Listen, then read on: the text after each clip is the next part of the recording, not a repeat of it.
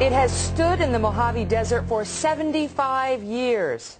65 of those were nice and quiet, with no one complaining. But now the ACLU is challenging a war memorial, and hundreds of our military veterans are fighting to save it. Today they will lay a wreath and read names of fallen comrades at the foot of this 7-foot cross.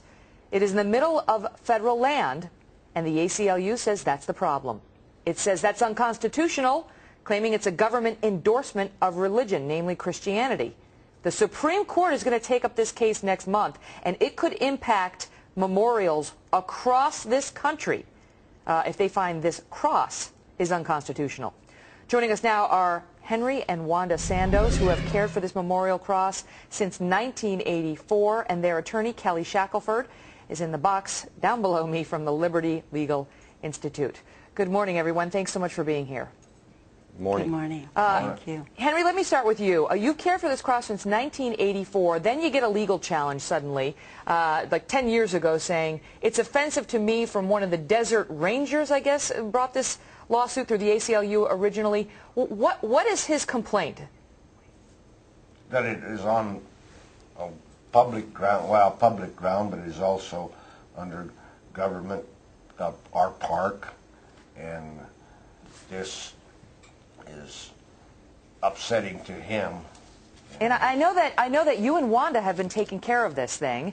You do not believe that it is a religious symbol of any kind. You think it's a war memorial that's basically non-secular, even though a cross would be secular in front of a church or so on and so forth. But you don't think in this circumstance it is religious. Let me turn to your attorney, Kelly. You know, that argument has been accepted in some cases outside of this one and rejected in others. What do you think your chances are going to the U.S. Supreme Court? You've been losing so far.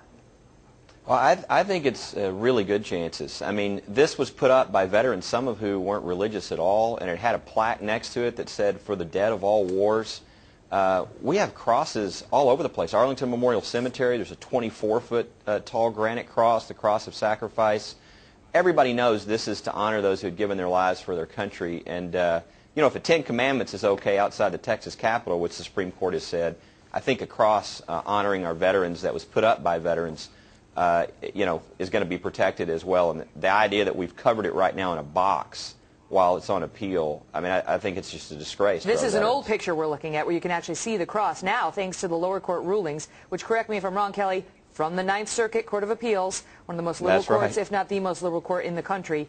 Now there is literally a wooden box covering this cross that was put up initially to honor our fallen World War I veterans, which is just insane to me. But Wanda, you know, do you get any complaints? Have you ever heard somebody from a non-Christian faith come up to you and say, I find it offensive, can't we have some other religious symbol or some non-religious symbol up there instead of a cross?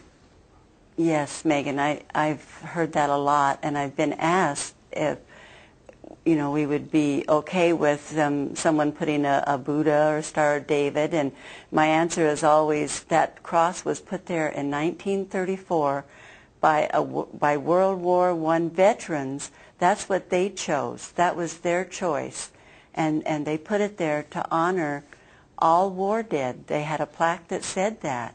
So I believe, we believe, and most people agree that that cross should stay as is. They picked that spot. These were men that were in World War I that were, you know, traumatized by that war and ill from it. And they came out to the desert to recuperate and to make a life there. And they just all got together. They wanted to do this, and they did it. And we were very good friends. Henry was a real good friend of one of those veterans, and that's how we came about taking care of it. Henry, when you think about this case, I mean, do you think your friend could even fathom that all these years later, this cross may have to come down, this honor to our veterans may have to come down because of the ACLU? No.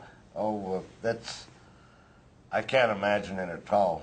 He was a World War I veteran and in the medics, and they put it up in 1934, and when he had asked me if I would mind, he would like to see somebody maintain it, that is how I come about on this, and been doing it ever since until it got covered by a box. And look at this. Look at this picture of it covered by a box. It's just so ridiculous. But you had to do it because you were ordered to cover it up. You tried to put a tarp over it, and people who were upset over the ruling pulled the tarp off. And now this is what you had to do, which is just such a shame. Kelly, you know, I know you've been losing. We didn't do that. No, I know, but that's what had to be done. Kelly, I know you've been losing so far. You must be very encouraged that the U.S. Supreme Court agreed to take the case. They take so few. It's one of the very first cases they will be hearing when the term opens in October. They're going to hear it October 7th. How do you handicap your chances? I really feel like, you know, this is going to be reversed. I mean, I just don't think this is something this country would stand for.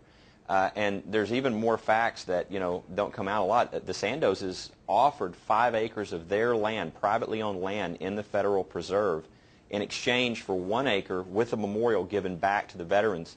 Congress passed an act to do that, and the ACLU went back into court and said, no, no, no, Judge, they're trying to get around your ruling. Right. If they're so offended because it's on government land, this should have taken care of it. But it just shows they just want to rip down this cross and this memorial no matter what. Well, we'll see what happens. The Supreme Court doesn't take a lot of cases, so it is good news for your side that they took this one. We'll be watching on October 7th. All the best to all of you. Thanks so much for coming on. Thank you, Megan.